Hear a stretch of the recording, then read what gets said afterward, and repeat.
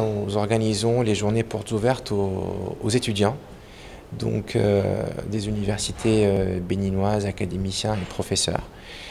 pour leur faire une démonstration et leur montrer les espaces qui sont mis à leur disposition dans le bureau de la représentation du FMI à Cotonou. Comme vous le savez tous, le 11 décembre 2017, ces bureaux rénovés ont été inaugurés conjointement par Madame la directrice générale du FMI et Monsieur le ministre des Finances. Ces locaux ont été mis à disposition par le gouvernement béninois.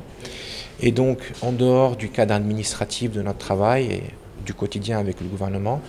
nous avons ici à disposition des Béninois, en particulier des cadres du gouvernement, des étudiants,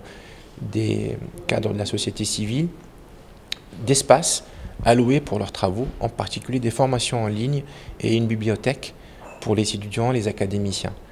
Et donc aujourd'hui, ça a été notre première journée portes ouvertes avec l'ENAM. Donc cette manifestation va se reproduire au moins 4 fois par an pour qu'on puisse aussi connaître les autres universités béninoises et essayer de combler un peu leurs besoins en termes de recherche, en termes de formation, qui est l'objectif aussi du FMI en dehors de son travail de conseil avec le gouvernement et d'assistance technique. La bibliothèque mise à disposition pour les étudiants, c'est une bibliothèque qui est à la fois en ligne et une bibliothèque aussi avec des livres sous forme papier